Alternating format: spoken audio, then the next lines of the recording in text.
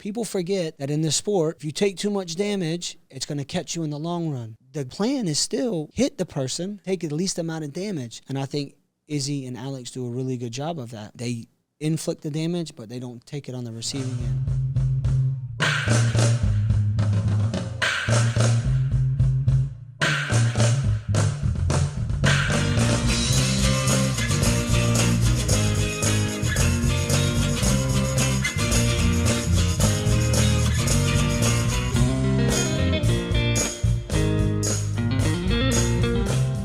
Welcome to Fruiting Body Podcast with your host, Brendan. And today we have an absolute legend of a guest. This is Frank Hickman, the head MMA coach. No, I'm joking. He told me to say that. He's a co-founder of Bangtao Muay Thai and MMA. It's located on Phuket Island in the area of Bangtao. They recently were, maybe 6-7 months ago, over at Tiger and Chalong, and they've come up over to Bangtao and built a miraculous gym. You have to check it out. So we're going to show the shit out of that on this podcast. Without further ado, we're going to get this started as we always do with our guests. We're going to tell the story of Frank and his journey without that hippy-dippy bullshit. How he got here, what he's doing, and what's next for him. All right, Frank. Thanks Cheers, a lot. brother. Thank you for the introduction. Yeah, I don't know. To be here. You said say that, and then it was in my brain. You threw me under the bus, but go on. Yeah. Well, hey, you started it. You shouldn't have put that in my head. So let's get started right away. Let's dive into Frank Hickman. Where are you from? How did you get here? What's your story? From Castle Hayne, North Carolina, which is the east coast of the USA. Came here when I was 27, I believe, in May of 2017. So about 20 years? Nah, fuck that. That was just over 5 years ago. It's 5 years this past May. So I was living in Atlanta, Georgia, selling cars, working for Hendrick Automotive, and my brother had been over here for right at 2 years. And yeah, it was just time to make the move. He kind of sold me the dream, and I took it. The plan was to come over, run the wrestling at Tiger, and he would do the MMA. Yeah, and we would. Yeah, you guys. So George, when he was on the podcast with Woody, he was initially saying he was, over at Tiger Muay Thai, and you came over as well. But yes. A little bit of a background story on yourself in terms of like the wrestling side. Can you talk a little bit about that? We both grew up wrestling, so I wrestled my whole life. High school, was fortunate to go wrestle in college. Went to a school in Pennsylvania. Here, I think just tilt it up a bit. Bloomsburg University. Up, and how's that? Sounds better. That's good. Yeah, it's okay. It's good for you, Franz. That's the best part about a podcast. We can just adjust and do it everywhere. And when you want the water, just grab it. Cheers. Yeah. Then you just cut it out, eh? No, there's no cutting. It's just one fucking take. Yeah, one take, baby. Yes. We're not cutting anything. So yeah, wrestled in college for 5 years. Did the 5-year plan, and then coached for a year at Appalachian State, which is a school in Boone, North Carolina, in the mountains. So opposite of where I'm from. I'm from the beachy area, country. This was actually like really in the mountains in the country, so beautiful place. Then I made my way down to Atlanta, Georgia after graduation, and then did that for 3 years, selling cars, finance, learned that side of the world, credit, money, business, everything like that. When you're young like that, and it's a fast type of life, fast pace. It's enjoyable, it's fun, but you miss the sport, you miss being around it. So, again, doing wrestling for MMA has kept me close to the sport of wrestling. It's just giving me a different avenue on how to stay close to it. Did you lose touch with it in the sense, like, obviously you're in shape now, you're athletic? I wouldn't say I lost touch with it. There was a couple of high school kids I still trained, like in the weekends, like on a Sunday morning, or sometimes like I'd go in early before work. But, yeah, not as much as I'd wanted to. Because, again, the car business is busy. It's a lot of hours, so... when you add all that up, that being said, I still was able to get around to it, but not, I did lose a bit of touch from it. So, coming over, again, like I said, it was a different avenue in the wrestling world through the sport of MMA. So were you quite high at like D1, D2? It was a Division I school, yeah. Not that big of a school, though, probably 12,000 students, like not like you would see like a Ohio State, some shit like that, not massive. How does that competition, how does that work for like D1 NCAA wrestling in terms of tournaments? Like even your school is able to compete with the elite. So everybody's in a conference. Ours was at the time EWL, which is the Eastern Wrestling League, which is now folded and gone to the MAC, which is the Mid-Atlantic Conference. But it was like us, West Virginia, Pitt, Lock Haven, Clarion, Edinburgh, a couple other schools. And then you have your conference, and then you have, obviously, when you get to the national tournament, there's every weight class, there's 10 weight classes. Every weight class has 33 guys in it. And top 8 is All-American, and then it's double elimination. So it's in March. It's a 3-day tournament. So basically your whole year, your competition, preseason starts September, August, late August, competition November, all the way up through the end of March. That's your season. So it's through the fall, through the winter, comes into the spring, like finishes up at the spring. So when you're wrestling to get into those tournaments, do you have to pretty much go undefeated to be able to compete? You don't have to go undefeated, but they have a ranking system. They have a system. They have your ranking per like individual. Right. If you're individual, if you're ranked in the top, however it is, at the national tournament, it's 33 guys. They used to only seed like 1 through 16. Now they seed everybody. But throughout the year, when you compete, there's a system like your record, guys, the ranked guys you have beat. Who have they beaten? Who have you lost to? Maybe he was like a Division II, Division III guy that could kind of. So they go about it at a ranking system, and then before every conference tournament, there's probably 7, 8 conferences. Could be off by 1 or 2, but what they do is they give you the number of automatic qualifiers before the conference tournament. So out of the 10 weights, the Big Ten's that's the toughest conference, like Ohio State, Iowa, et cetera, Michigan. At one weight class, they could have 8 qualifiers. They could have 7 qualifiers, 9 qualifiers. Smaller schools, smaller conferences, you may have to win the conference to go to the national tournament. It just depends. Or they may take top 2, top 3. But those bigger schools, those bigger conferences, you see, like they have like. They're putting more names through. You can use, yeah. You can lose 3 matches in a row and still make it. Like it's pretty. It's a gift and a curse, I guess you could say. But the smaller schools, a lot of the weight classes, like 125, 130, the first 3 maybe only the champs. That's it. And then they have a couple. They have 5 or 6 at-large bids in each weight class, which means like a wild card. Okay, here's the automatic. The last 6, they put them in the system. Boom, here's your top. Here's your next 6 that make it through. And then every weight class has 33 guys. So, and when you go to these conferences, what do you mean by double elimination? So if you lose 2, you're out. You're out, okay. Right. So if you lose 2, you're at out. any point in time, or Not is at it any like point. Like in the national tournament, if you make it to the semis, you can lose 3 matches in a row. You're still going to be guaranteed 6. But like some of those other, if you lose first round, you got to win like 5 in a row just to place. So a lot of times, like 1 and 2, 2 and 2. Some guys get all the way. They go 3 and 2, and then But some guys go 6 and 3, but they've made it to the point to where if they lose, they just drop down 1. So man, it's a stressful tournament. It's a great tournament. I think it's the best 3-day tournament in the world. But you just see, it's just filled with emotions, man. It's just highs, it's lows, it's glamour, not like glamour, but like it's just like the underdog stories. You see the big upsets. You see all similar like basketball March Madness. Absolutely, Yeah. Absolutely. Just a different like platform. Yeah. These are like 2 guys like scrapping it out, willing to like. How is it for like any type of like USADA steroid testing? Is that really well enforced in that type of division? When you get every year at the national tournament, there's 2 random at each weight class. So out of the 10 weights, there's 2 random guys that get pulled.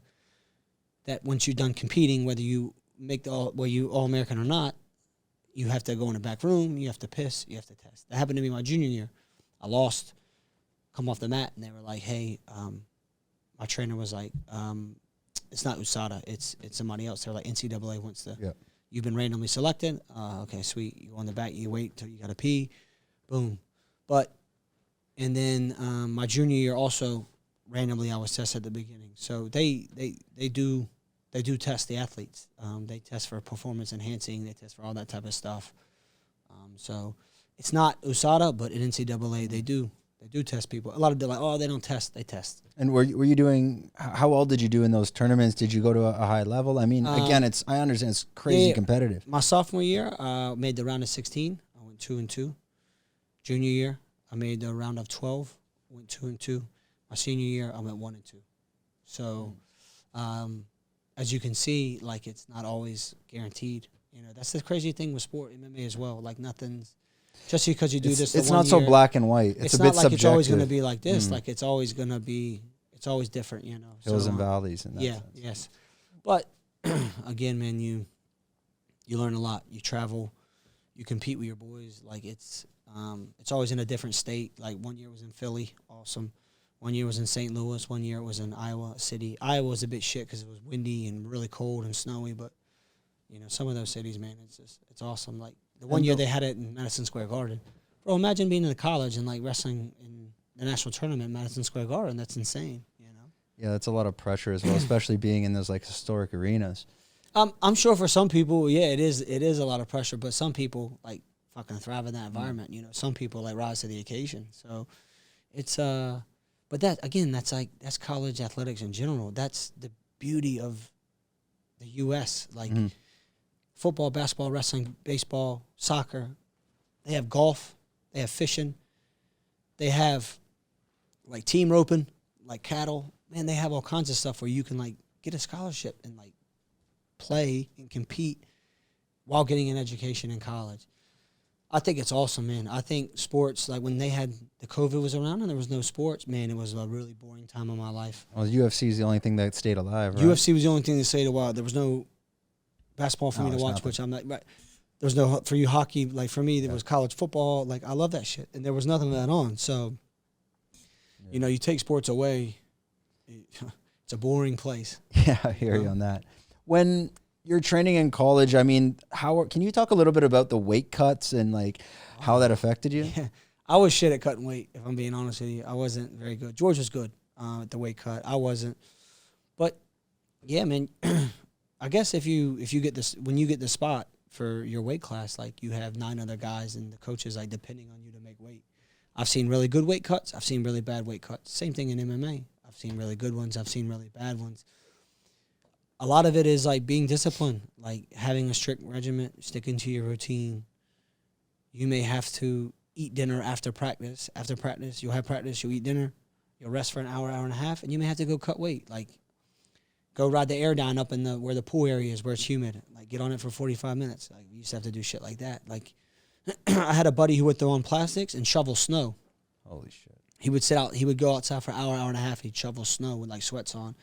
And he'd be sweating his ass off. But, like, everybody, I had a buddy who would hoop. He would go over and play basketball with the plastics on. Like, he would be hooping. Were you cutting a lot of weight at I mean, it's just all water weight, yeah. But, it's again, you're getting weight off. Yeah, you're getting weight off.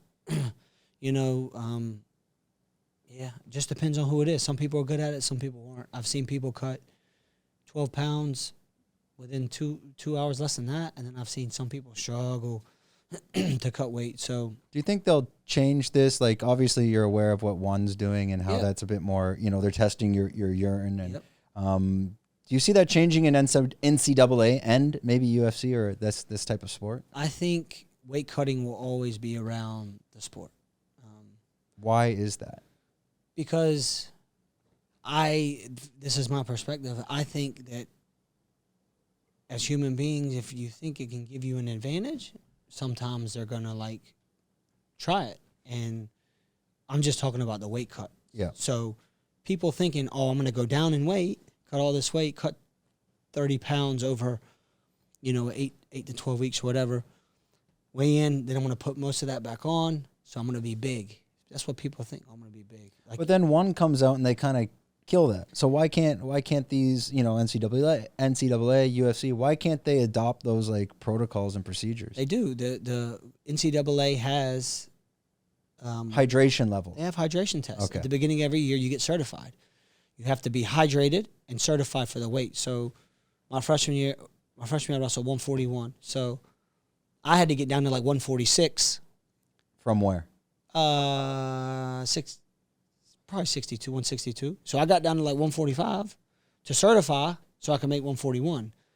a kid on my team who wrestled 165 could get down to 195 to certify for that because he had so much body fat. Like everybody's body type is different. So, but you have to be hydrated, pass the hydration test, and pass the skin test to see how low you can go. So if they do me and they go, oh yeah, you're good, you can make 141, you can do 140.8. Oh, perfect. But you're not hydrated. You got to come back tomorrow and try again. Mm-hmm. So then I got to get hydrated to come back. So I got to make sure my piss is clear. I'm hydrated. And I'm in a weight class where they calibrate me over the week span because it's only 1.5 pounds a week. That's health. That's the healthy option. What did you said? Skin test. What do you mean by that? They calibrate. They do the skin, like they calibrate you. They do your arms. They wrap it. They do this.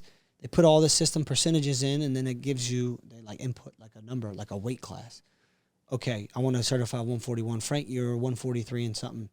All right, I got to come back. Got to lose a bit or train or whatever. Come back in and redo it again. So that's what they do. But I think for the NCAA, like, I don't know, man. There's just they go about it the right way. I feel like one does it different. One basically says, excuse me. One basically says, hey, I'm going to give you 10 pounds. Like, yeah, but they're just going to go down the next week. Like, if that makes sense, you know. Yeah, what they'll I mean? just change the weight class. Right, of course. So I guess it's however you view it, whatever your perspective is. Is that why you think they have the atom weight for women? Yeah. For one, could be, or they could just want to be different. I think it's pretty smart. I think there's a lot of good atom weights out there. Yeah, there really is. There's a lot of good atom weights like in Asia that fight that I think would be pretty damn good, whether it be one championship or if the UFC ever put in an atom weight for girls. Man, there's some very talented. I wonder if they will. I doubt it. I'm not sure. They're taking away the 145 weight class. Well, they have to. There's nobody there, right? Yeah, so maybe they'll add. Yeah, that makes sense. All right, let's jump forward. And that was more interesting. A lot of people, they hear about the weight cuts, but it's it's very high level. It's not, okay, what actually is going on there? Jumping forward, so George was over at Tiger Muay Thai, and he kind of brought you over here as well. Let's talk about the detail of that process. You get the call. George is trying to push you to come here. The initial conversation, how long did it actually take for him to convince you, and when did you get on that flight? Just under 2 years it convinced me. I think it was... Just under... It took a bit. It was something I was like headstrong on, and then it fizzled. Mm. And I remember being in Atlanta with two of my buddies, and I had told them, I was like, boys, I'm going to make this move. And this was like in August. And then I went home in January to see my mom for her birthday just to like kind of surprise her. And I just chatted to my dad. He gives great advice. And I said, this is where I'm at. This is what I'm thinking. And he was like, yeah, like if that's what you want to do. Also, I'm very fortunate. We're both very fortunate that we have two parents that support us at whatever we do. Coaching college wrestling, selling cars in Atlanta, moving to Thailand. Like, they were for it. They were all for it. I was going to move back at one point to try to sell roofs with my boy. He was like, yeah, okay, I'll support it. So we're very fortunate for that. And he kind of said, yeah, if that's something. And then things started to fall in line. This was in January. My lease was up in May, beginning of May. I had a roommate who was moving back home. What year are we talking? 2017. Okay. I had a roommate that was moving back home. Two of my roommates dated each other, right? So they got their own spot. And then my other roommate found somebody as well. So I was like, all right, put my car on Craigslist. It sold within 3 weeks. So then I had a guy that sold cars for me. I was a finance manager. So I had a guy who would pull the car around for me every night, sneak it, or he would get me a key out of Key Track. And I worked in a Mini Cooper dealership, and I would take home the Mini every night because I didn't have a car. I sold it. Yeah. So that was looking back on it now, it's oh man, it was getting serious. It was getting real. And then I was going to tell my boss. He found out. He kind of flipped his shit on me because he was he's known me since I was real young, one of my first coaches. So we had a different relationship. He was my boy. He always did good by me. And George had left him already. And then now, hindsight 2 years later, I was doing the same move. So, but we kind of talked it out and finished the month out for him. And then said April, I did some traveling, went to a buddy's wedding, saw my grandparents in Florida. Visited a couple other spots, and then jumped on a plane May 5th. landed. When you landed here, did you kind of have like the job already set up? No, so the first 3 or 4 months I worked for free. Okay. I just taught the wrestling twice a week, helped George. I worked for free. Just had to just get stuck right into it. Jump right into it. No MMA, really experience. Got choked out several times, but that was, I learned through trial and error. I just kind of forced. But you were prepping to be a coach to work there? Or was it, or you were trained, or were you training? I was jumping. I was just running the wrestling. Okay. But I was also sparring the boys a bit, trying to if I could never throw my hands before, I would just panic shoot. Sometimes it worked, sometimes it didn't. But that's you got to learn somehow, and that's what I did. Was very fortunate. Nothing but good things to say about Tiger. I'm fortunate they gave us the facilities, the athletes to work with. But that's behind us. It was time for us to kind of do our own thing. It had been something that had been in the works for a bit. COVID slowed a lot of it down, but it also opened our minds up to, hey, maybe this is the right time, the right opportunity to go out on our own. It's no hard feelings, but at some point you want to do things on your own. Yeah, and COVID, I think, kicked everyone's ass to make them put it in gear. And it's more or less like you said. Yeah, you didn't have sports to watch, and same for me. There was those things that kept us busy.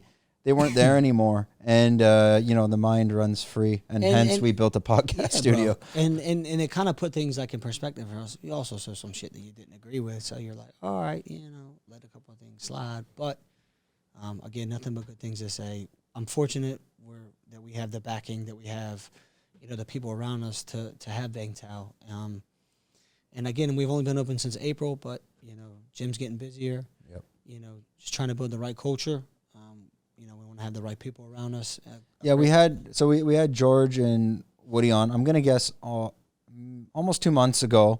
And you should check that podcast out. This one is real. Maybe don't check that out. No, it's really more about the evolution of MMA in Phuket and that transition of opening up the gym of Bangtao Muay Thai and MMA. Actually, it's before your grand opening. Yes. So let's take it from that point. Bangtao Muay Thai and MMA, since the grand opening, how have things been going? Talk about it. It's been going well, man.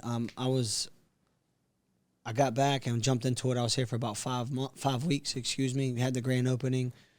Amazing turnout. Massive amount of people came through, showed support and showed love. So we appreciate that. And since then, we've just trying to just keep the ball rolling. Just keep the energy high. Just keep the spirits up. Keep the classes, busier, pumping. Obviously networking and marketing, etc. We got our cafe ringside. That got tremendous food, healthy options. So that's going good as well. And yeah, man, it's nice to have your own spot to build, like I talked about, to do things how we want to go about doing things. Yeah, I mean, and I spoke about this on the one with your brother and Woody as well. And I said, yeah, if you're coming to train on the island, I mean, why would you want to be in Rao Wai, Naihar, and Chalong? It doesn't make any sense. No, and even George and Woody, when they came up here, I guess they're maybe a bit stubborn until they got here, and they're like, "What the fuck have we been doing down there for?" I think I was up here twice before they. I think I was up here twice. I left. I was in the States for a year, for 13 months. I was gone. In the States. So when I got back, the gym was open. It was a week before the grand opening. That's when I came back from the States. And I was like, fuck, boys, you've done a great job, even though the boys didn't lift a hammer or hit a nail. But they did. You got to put the pieces in place. It's a lot of work. You do. I was overseas building the brand, as we call it. So I was building the brand. I got back. I saw the immaculate. It blew my mind. It was much, it surpassed any expectations that I had. So, bro, you can't beat the location. No. You got Bangtao to the right, beach. You got Sarin Beach to the left.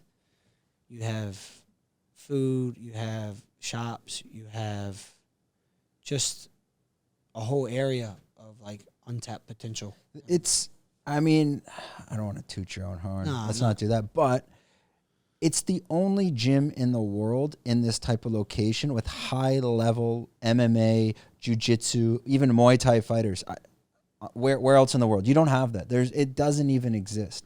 I mean, yes, Chalong, they have that in that area in Rao Wai, but again, you're not a stone's throw to the beach. And I think that's very important, because when you come to places like Phuket, for example, myself, I'll come train with you guys more in like the HIIT classes and whatnot, but I can quickly go, get the sweat off in the ocean about 2 seconds later. Yeah. And you don't get that in those areas. Yeah, it's true. When I was in Shillong, I was driving 20 minutes to the beach. Exactly. But here, again, I can go to Surin in 5, and I can go to Bangtao in less than that. So you got several options here, man. You're 20 minutes from the airport, which is even better. Even better. Believe it or not, it's a great thing to have, man. So I'm enjoying that. Again, it's a new part of the island that we've never really been up here. I'm loving it so far. Well, especially like when you want to do a quick weekend getaway in Bangkok. Like sometimes my girlfriend's up there and it could be, 1 p.m. on a Friday. And I'm like, you know what? I can catch the 5 o'clock flight. Yeah. You can't really do the Chalong. You're like, oh, shit, am I going to hit traffic? Is it raining? I got to get on the bike. It's a bit of a rush. Yeah.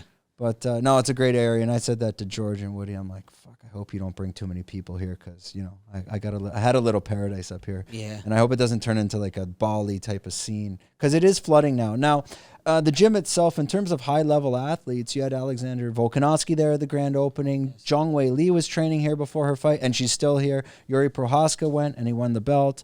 Do you see a lot of big names coming through from the PR marketing side that you were doing over in the U.S.?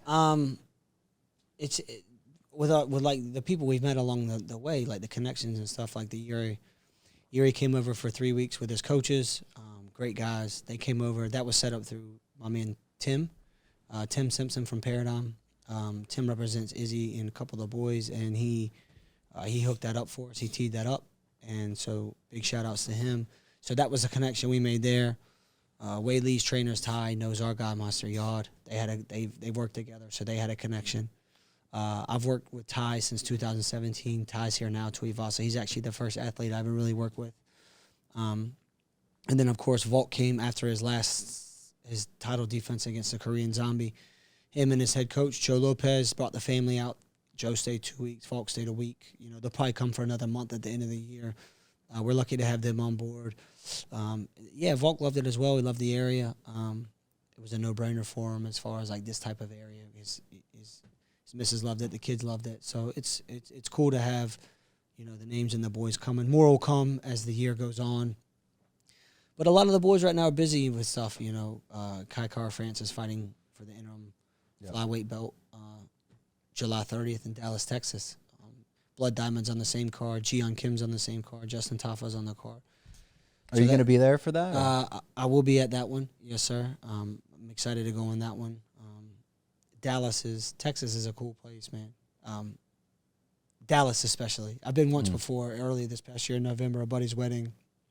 But, yeah, man, Texas is really something cool. So I'm just excited to watch them compete, Yeah, man, it's always a good time when you get back around the guys and stuff like that, the team, et cetera. I believe George is going to be there as well for a week. So that'll be awesome. Man. How did this relationship begin, essentially, with guys like ADESANYA? Because you were at his last fight when he fought Cannonier. How did that all initially come together? Izzy and all the boys, Eugene, Brad used to be the kickboxing coach at Tiger before Rafa took over. And then he's from New Zealand. So we're Brad Riddell and Rafael Fiziev. Fiziev, yes. So Brad was at Tiger. My brother met him. My brother coached him a bit for wrestling and that. And then Alex was here as well for the tryout. So Alex has been here. Kai was here before. So, but I didn't meet Israel until his debut in Perth several years ago. I flew there to watch the boys fight. Several of the boys were on that card. Ty, Tyson, Mark, Volk, and Israel. Met him there, and then just kind of kept the relationship going. Would see some of them at the fights, like Singapore, Adelaide the one time, and then I was fortunate to Eugene had asked me if I wanted to come over before the Gastelum fight. So that was like the first time I got to go to New Zealand. And then from there, we've just kept the ball rolling. We've kept everything. And just to explain to everyone, it's because you're going over there to kind of fine tune his wrestling, essentially. Just, I guess, fine tune, but just be another like a wrestling workout partner for him. Kind of get stuck into the training camp. There's usually several of the boys that are in camp at whether it's on the same card or it's a week before, a week after. So there's all hands on deck. It's a busy time, you know. They got the Alta, which is the Wimps to Warriors thing they got running over there. 2 classes every morning. It's fucking pumping. And yeah, just give like a different perspective on the wrestling, or help Andre Paulette, the Romanian. He's their head wrestling coach at CKB. I kind of just give him a hand, assist him, you know, whenever I can and stuff, because he usually only can come in the evenings. So like during the days or the mornings, I'll kind of teach the wrestling. Yeah, it seems they're, like, let's say ADESANYA's school, city kickboxing, and then working with Alexander Volkanovski. That whole system, it seems quite dynamic. Is that typical in the MMA world of gyms? I mean, let's say, for example, you have an American Top Team. Well, if you're at American Top Team, you're at American Top Team. But it seems like these guys are constantly moving around. They're not strictly stuck to staying in New Zealand all the time for training. Well, it's either it's either New Zealand, Australia, because Joe Lopez, Uncle Joe's is Alex's head coach at Freestyle, which is in Wollongong, Australia, or it's Thailand. So it's like one of the 3 for the most part. But recently, weren't they more training a little bit more heavily in the U.S. up to that fight? Up to what fight? His recent fight. Nah, they just went. We just went over a little over a week early. Okay. Yeah, we had, because Carlos I was thought it was one where they stayed in the U.S. for a bit longer because they were afraid of lockdowns or something like that. It might have been the one before then. When Carlos fought on the Contender Series before he got in, okay, they got locked out for like 6-7 weeks. That's what it was. That's okay. That's what I was thinking. Yes. Other than that, for the most part, they stay in Australia. When he fought in Houston, Whitaker, on the way back, they came to Vegas for a week. Then they had to go to Australia for 2 weeks before they could get back in. But for the most part, man, New Zealand was pretty strict. They had to do quite a few of the 2-week quarantines. Yeah, and they're vocal about that in terms of their opinion. Yep. Which that's fair as well. That relationship when you're working as that wrestling coach, is that, and sorry if I don't want to cross any lines. It's more of an interest as well. Like, does that relationship continue automatically into the next fights, or is it kind of you're waiting for a call? I mean, with the team in that, we try to do like what's best for the team. So, you know, before I was able to get over for maybe 7 weeks, 6 weeks, 7 weeks, and then fight week. Now it may not be that long. Now maybe only 4 or 5 weeks and then fight week. So in that term, yeah, you figure out what's next for the boys. Like whether it was Alex, whether it was Israel. Like, you know, with Izzy's fighting Houston, I knew after that Alex was going to be fighting, you know, in Jacksonville and stuff like that. And then we came back after Jacksonville. So the coaches talk, like those guys, they put their minds together. They figure out what's the best route to go, the best option, and we proceed from there. So Izzy had the recent fight. Sam Volkanovski was on that same card. You were in the corner for both. Yes, sir. Okay. So just an interesting topic. Watching Izzy come out as The Undertaker, how far in advance did you know that this was going to happen, and how surprised were you by, you know, this type of entrance? He had said he was going to do it. I saw them making like the video for the entry. Man, people can say what they want. I thought that was absolutely like brilliant. I thought it was, man, it's just one of those things in sports to where, especially the UFC, you never see it. And he's done it 3 times now. This is his 3rd one. He did it against Whitaker in Marvel Stadium. He did it against Romero.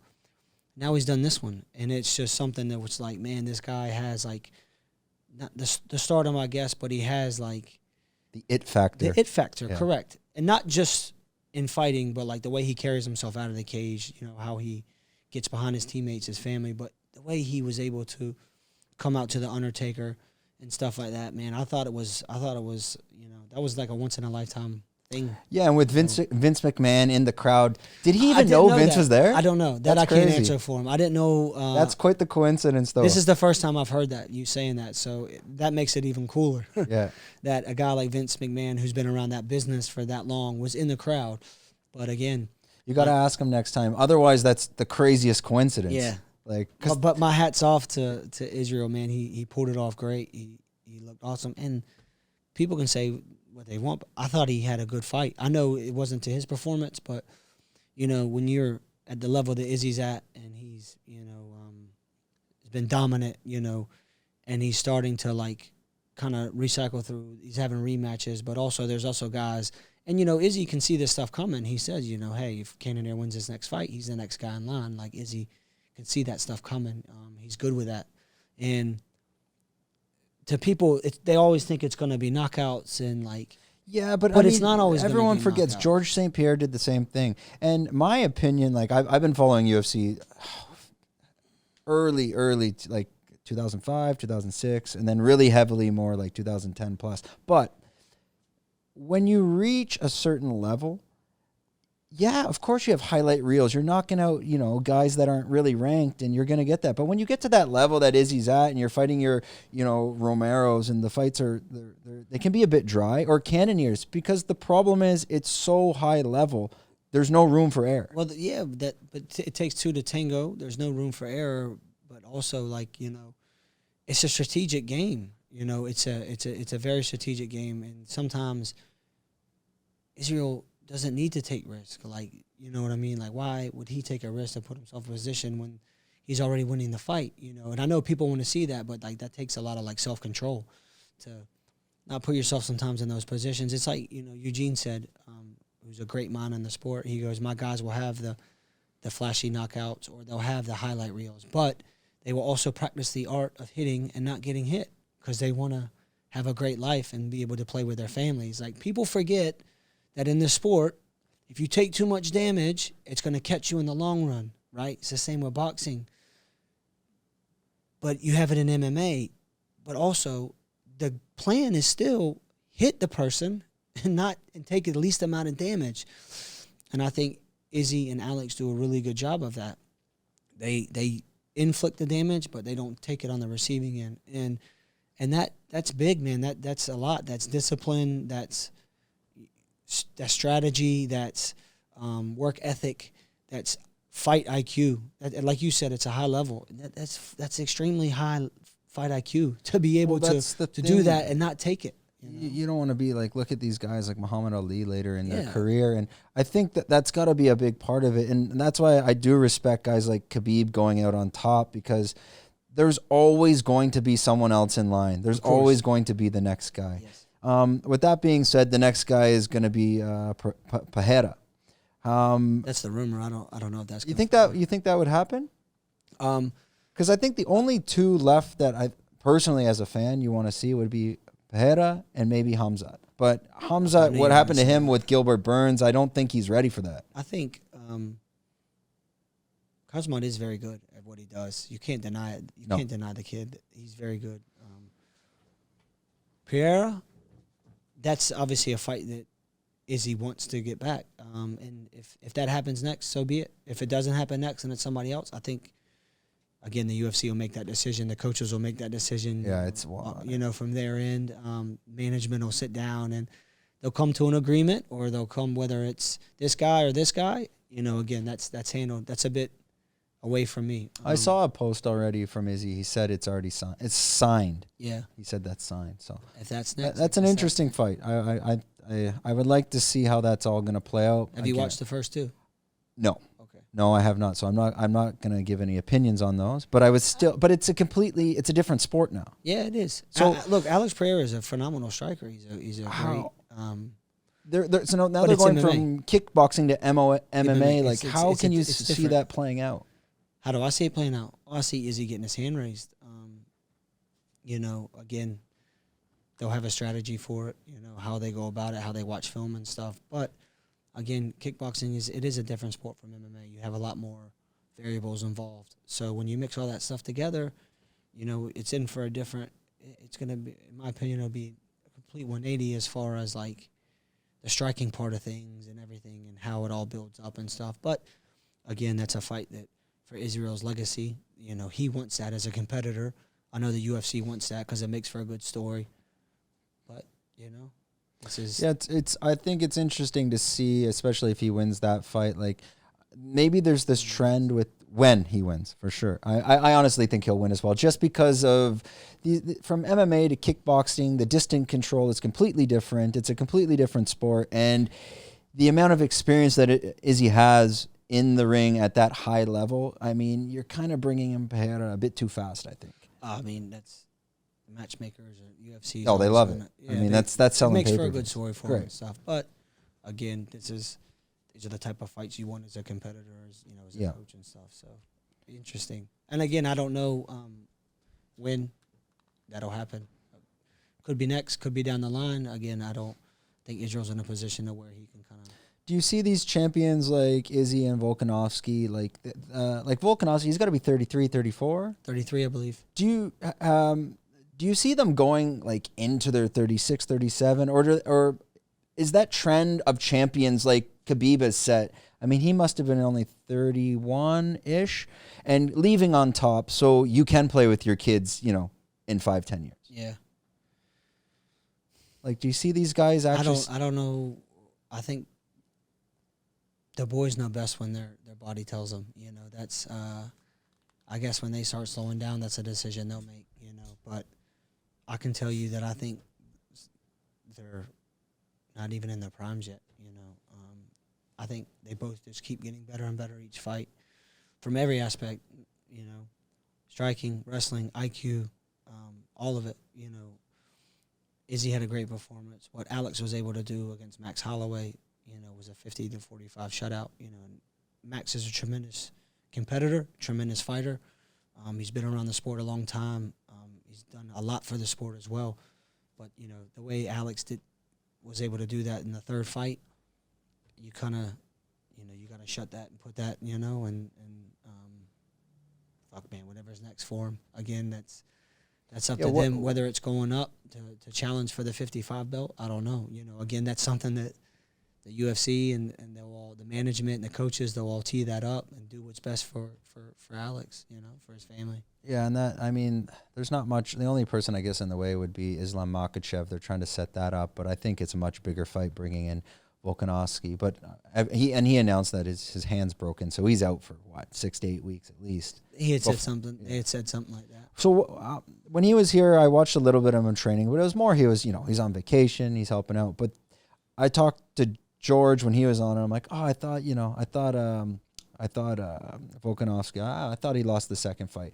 And then I went and watched it back. I'm like, there's something off. And then finally he came out to the media and said, yeah, they woke him up for a piss test in the middle of the night or something crazy. The point of this question is more, holy shit. This third fight, there was just no question, as everyone knows. He was faster, quicker, and stronger. What do you attribute that to? His work ethic. His work ethic, man.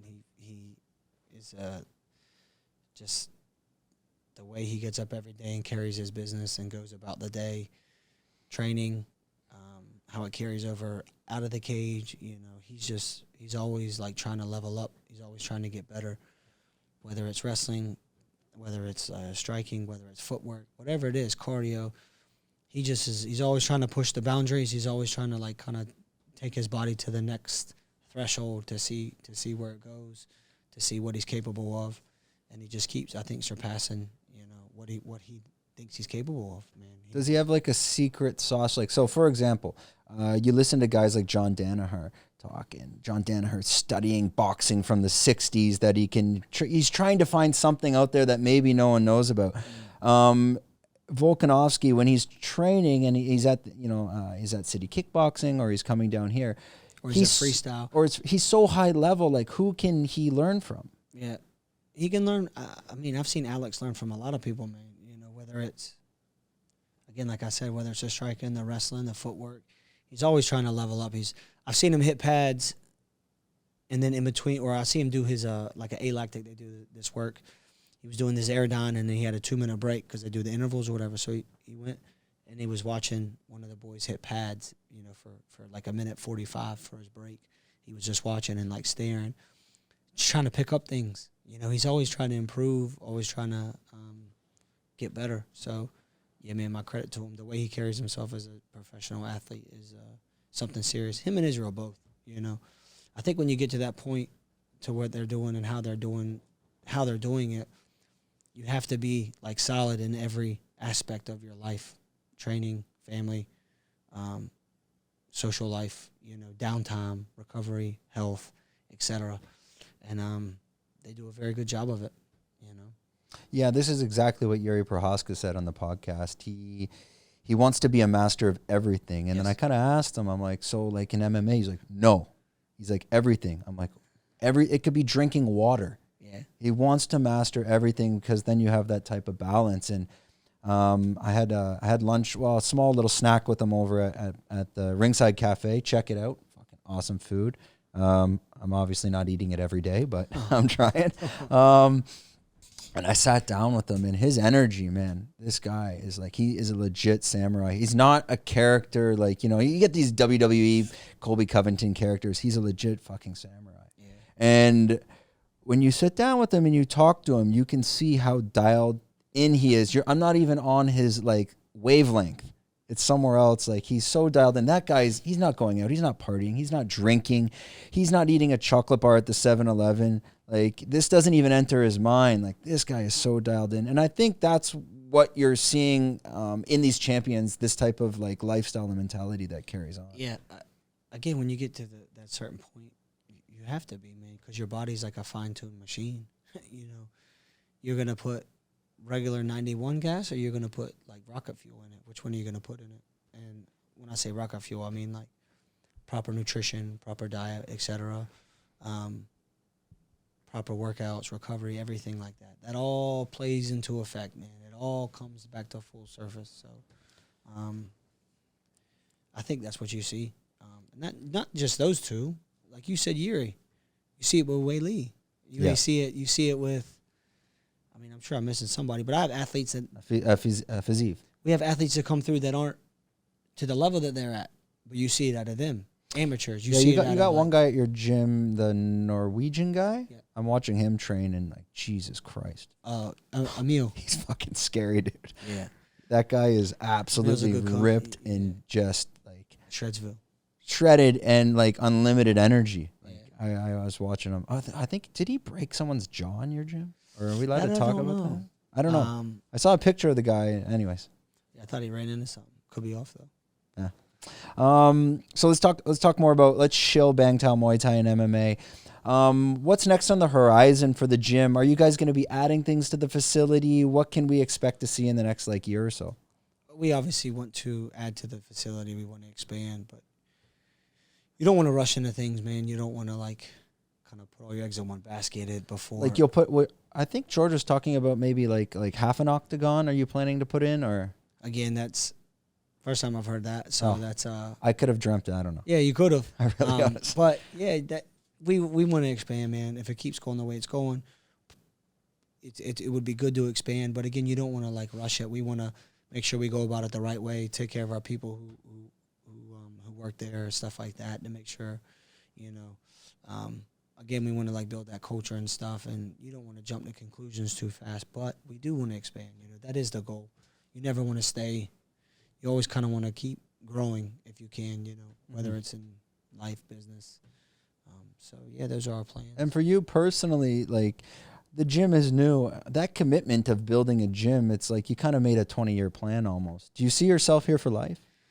Life's a long time. Forever's a long time. But yeah, I see myself in Thailand for the foreseeable future.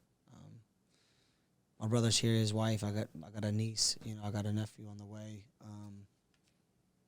It's hard to not like this place. You know, rainy season can be shit sometimes, but it's still, for the most part, it was sunny today.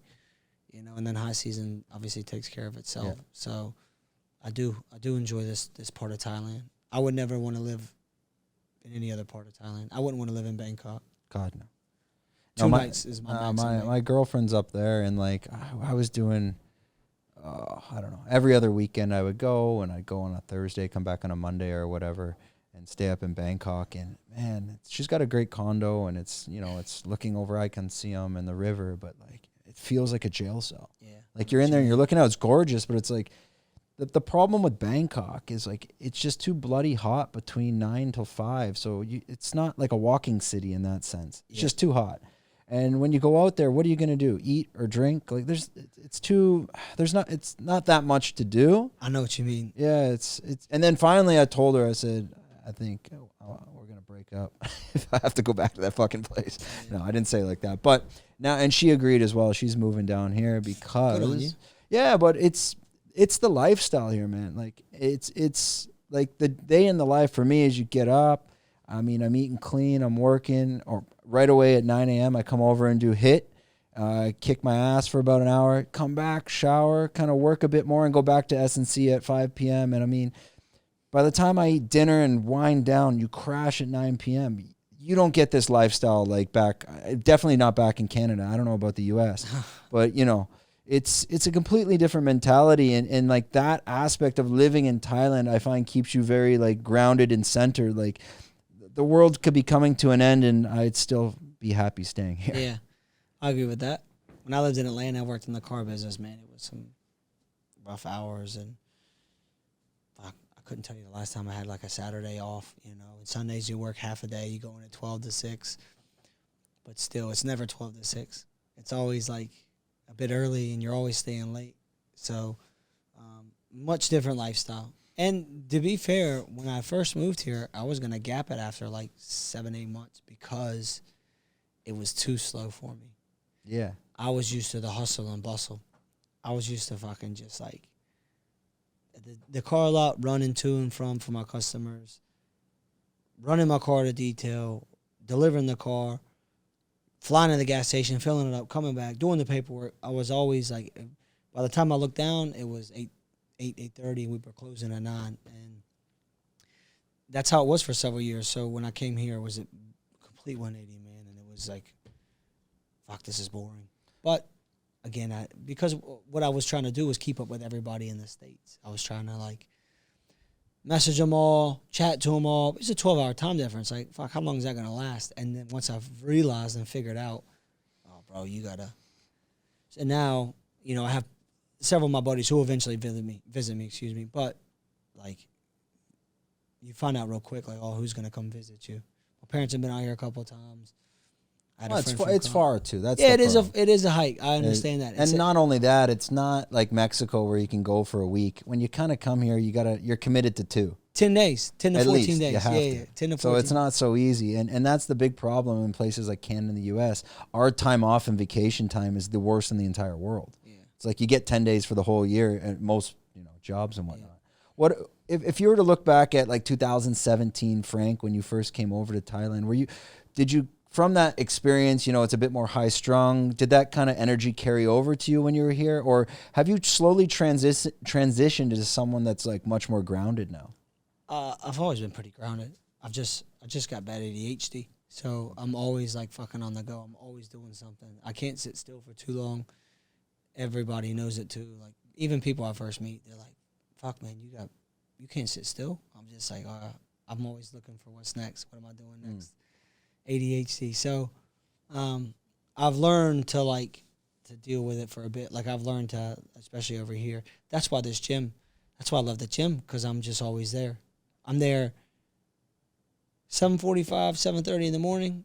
I got the electric blower, boom, throw it on, blow off the MMA area, blow out the S&C area, chat to people, get a coffee in me, hey, shake hands, blah, blah, blah. You know, again, chat to people, do the class or do the privates, or whoever has a fight, come and help them. A little bit of a break, shower, eat lunch, still at the gym. And then I'm there until I teach again at 4. But and then after I'll shower, come back, because I live right around the corner from it. So it just keeps me, it's just keeping me busy. And then if I'm not here, I'm usually in Auckland or helping one of the boys. Then it's fight week, then it's back.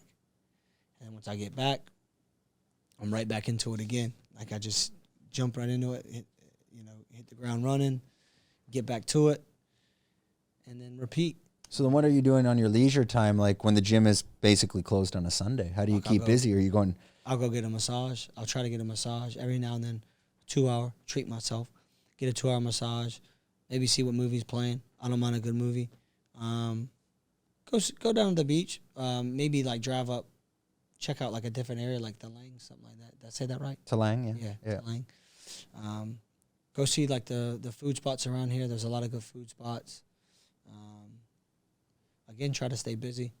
Try to take the scooter out for a bit. Talang has one of the best massages in this area. Yeah. It's like it's called Talang massage, I knew because I used to train Muay Thai up in that area, and it was a really old trainer. He owns a gym called Surikit. It's just him. He's got to be like 50 and his son, but they've been here for like 40 years. Yeah. And a lot of the Muay Thai fighters go to Talang Massage. It's pretty much like if you rip up Passac and you're about to hit that highway light, and there's a gym up there called Power Gym, I think, in that little plaza right there. You would get to I think it's the 402, but there's a light there. If you go left, you're going to the airport. But right in that little plaza, there's a massage place there called Talang Massage. You know it's good because the ladies are like yay high with like, hands the size of Yuri's, and like they will destroy you. Like it's at proper sports massage. Yeah, they'll fuck you. I'm about to give this place a go. I've never. Yeah, just type in Talang Massage. You got to book in advance. They're always packed. Okay. Like business is booming. Their business is always booming. Like, and it's a lot of these massages in Thailand. I'll never get it because like you'll go into that sports massage there and she'll be like absolutely destroying you and being like, just relax. I'm like, how do I relax? You got a fucking elbow in my spine. Like, yeah. Sometimes they get carried away. Oh my God. And they love it. They're laughing at you and like I think it's a joke to them. It's a game to them. You're sweating, you're screaming, you're biting your lip. I used to go to my girl Nudie, this girl down on the soy. Nudie and then this other lady named, we called her Mama. She ran the spot. I would go to those two. But now I've been back to the soy once to go see Nudie. And that was it. That's the last time I've been. It's far and you got the rain. Are you just on the motorbike most of the time? Just on the scooter. Yeah. Same. I got a car outside. Not everybody has that luxury out here, big fella, of having a car. No, I don't use it. Podcast is going great. Business is good. This is not monetized at all. Serious. Now he's throwing a car in my face. I'm paying Hans. I'm losing money on this podcast. I've seen that 350 you're sitting out there driving. So no. That's what do I got like an old Volvo, a renovated Volvo. I got it down from Chiang Mai. It was nothing. It was like it was cheap. But yeah, I mean I literally use it for groceries if it's raining. Or if I have to pick someone up at the airport. I mean, the motorbike is just much easier around Thailand. It's so much more convenient. It really, motorbike is very, very convenient around here, especially when you're going to and from the gym. You're just like kind of ripping through the thing. Try to drive safe. Obviously, don't do anything stupid, but you just wear your helmet. Yeah, it's just convenient, man. It's just kind of. Yeah, especially when you got to do U-turns, turn around, park. I mean, you're going to this after I got to go grab water at the 7-Eleven. I'm going to grab 4 jugs of those 6 liters, but I'm going to put it on my scooter. I don't want to go into my car, turn the thing around, try to, and traffic's building up now. Phuket's definitely coming to life. And being able to like park and turn around, it's a bloody nightmare. Yeah. It's just not for me. Are you enjoying this area though? I mean, I do. I like this area. It's new to me. It's something new, something different. What are some of the better restaurants you've been to around here? Little Paris is a good little spot. Yeah. Bartels. What is that? Sandwich spot. Oh, Bartels. Yeah. Bartels is good. Yeah. The Irish is good. There's some cool little restaurants in through there that I've tried. There's a couple. There's a Georgian spot. Yeah, I saw. I haven't been out there. It's in the back. Yep. Yeah. Good little spot. It's good. I saw they got those like pierogies or dumpling looking things. There's a pho spot near it. That's good as well. Yeah, but to the right. Yes, pho spot as well. That's good. I like it because you can order from one or the other and go eat at one or the other. Yeah. I feel like they're on the same system. They got a little something going. So you can kind of like sit at the Georgia. You can mix and match. Oh, there we go. Which is good. That's a life hack. Yeah. There is some good restaurants up here, food spots. There's a couple good spots at the beach too, like little kind of hidden gems where you can sit on the beach on like a nice couch or chairs and a table, and you're like, fuck. At like Beach Pig Bangtao area. I'm 20 yards from the sand. Yeah. This is incredible. Yeah, this spot on the Sarin Audis, it's right on the beach. I'll check them out. Just Thai. Are you eating Thai food quite often? I love Thai food. Yeah. I really do. I try to, green curry. But I've been trying to avoid it a little bit just because of the sugars and like all the sauces they're throwing in there. Yeah. I don't know. I'm guessing you're working out so much you don't get a problem. I mean, if I'm in Thailand, man, I'm gonna eat the Thai food. Yeah. I like the spiciness of it. You know what's good? There's a place. So you said the Georgia place, right? To the left, there's a place called Prod Pan. It's Thai, but they make the best ribs on the island. Yeah. Oh man, unreal. What about wings? You know any good wing spots besides the Hooters in Phuket? No, not around here. No, we got a smoked meat house. That's it's a Thai smoked meat house. It's like past Blue Tree. You're gonna have to. These places you don't know the fucking names. So it's like kind of past Blue Tree, past the light, and maybe probably still another kilometer up the road. Kind of near, there's like a gas station up there, way up on the right. You know what I'm talking about so far? It's like, Vaguely. you know Blue Tree? Yep. Okay, so maybe another kilometer up the road. Just type it in on Google. You George go in, knows it's, where it is. what, pardon? George knows. George He knows? Yeah.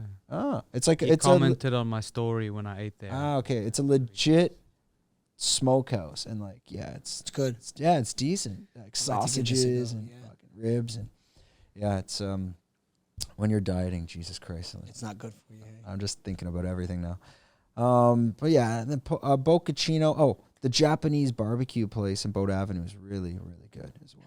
I need to give that a go. I tried the Spanish, I guess the Mexican spot the other night. Like the little Tuesday, so it was it was the Taco Tuesday. Taco Tuesday. I had several of them. Man, really good. Yeah, that's the thing about Phuket that I think a lot of people don't understand is when you come here, the variety, you have everything out here. It's, you know, it's you not really just, do, man. You got Thai food, you got Western food. Little Paris is a phenomenal little restaurant, man. Yeah. But not just that. There's so many other beach cuisine is right up the road from Bangtao. It was another good spot. Yeah. Cafe Del Mar is 10 to 12 minutes. Scooter ride, no more. 10, 12 minutes. Then you got Carpe Diem, which is that little spot right there, which is awesome. Then you got Catch Beach Club. Yeah. And then next to Catch Beach Club, they got good stuff. You can really find some good stuff. You can go down to Easy Bar, and they'll make you a fish. They'll make you lob gai. They'll make you som tom. They'll make you all that shit. And it's really, really good Thai food. So a lot of these places that you go to, even in these little bars, if you just ask them for food, they'll make you food. So you're always finding different spots. You know, there's a spot I go to for chicken and rice. There's a spot I go to for the som tom. I believe it's som tom. The papaya salad. Papaya salad. Yeah. It's like the Isan version. There's like several different. They got the spicy corn in there. They chuck it in. You ever have the ones where they toss in the raw shrimp? I've had that. Yeah, I like som tom. There's one right. Okay, so there's a good som tom right here. Just go to the road, turn left, 100 meters on the right. It's called. It looks blue and it's got a fishing ship on the front. Sure. Fuck, man, they make amazing som tom with like raw shrimp and like raw squid, and like it's legit. Like if you go in, you're like, oh, you got the raw shrimp. They're like, yeah, 1 minute, and they'll go out to the market and get it and bring it back. That's great. And you're like, holy shit, man, it's absolutely phenomenal. Oh, you're looking at me on the screen? I was just checking it out how it switches back and forth. Oh, he's got a little switcher over there. Okay. So that after when we're done filming, we don't need to edit it. It's done. Yeah. We just One take. Yeah, one take, baby. Hopefully we haven't broke it yet. We're still rolling well. Now you got Zhang Wei Li training. I've been doing some translations for her. Maybe not the best. Hey, Fuck, come you on. I was trying. you dropped the ball on that one. I'll be honest with you. I heard you. Not only were you extremely loud and like, it was good. It was good. I saw her face and she was just like this, and I was just like, after about 7 minutes of the translations, which by the way, I greatly appreciate it. It's the thought that counts. Yeah, we tried. I looked at her and I go, I got you. Like and she was like, oh, okay. I could see it was a bit of a relief because, man, when you were spitting it at her, you were spot on, you know, because I speak a bit of Chinese, so I was like, How the hell do you speak Chinese? I don't. Get at all. the fuck out of here. I don't speak it at all. But I was watching her eyes like process what was going on, and you were doing it. Well, I've done it a few times for her now. No, she got it most of the times. Sometimes some of them can be complicated. I'm like, fuck, I don't even know how to translate this. So what we're going to do is we're going to cut the camera back to Frank, and he's going to let you know where you can find him in terms of like Instagram, YouTube, and where the gym's at. So without further ado. Yeah, GIFI910 is my Insta, but obviously the more important one is Bangtao Muay Thai and MMA. That's where you can find us on the socials for Instagram, Bangtao Muay Thai and MMA. We got everything you need from Muay Thai, MMA, grappling, wrestling, jiu-jitsu, all the way up to S&C, cardio, strength-based. Phenomenal facility. We got showers that you can change into before and after, shower up, and then grab a feed at Ringside Cafe, which is located right there in the middle of everything. So come on down. And right near the beach, right near all of great. You can't beat it. We're 200 yards from the sand, realistically. 500 yards if you go left. We got a mini putt place across the street if you want to test your skill. Everything's halal in the area. You know, we got a great community. So who's the mini putt champ right now? I mean, I don't think we've played yet. You got to do a tournament or something. Oh, I think we'll get around to it. But I got like 50 games under my belt at that course. You're all in trouble. Have you played several times? Oh man, I've lived here 6 years. That's right. Yeah, I know that course like the back of my hand. Okay, we are about to wrap this up. This is episode 52, I'm guessing. Oh, well. Thanks a lot for tuning in. Don't forget to like and subscribe and smash that bell.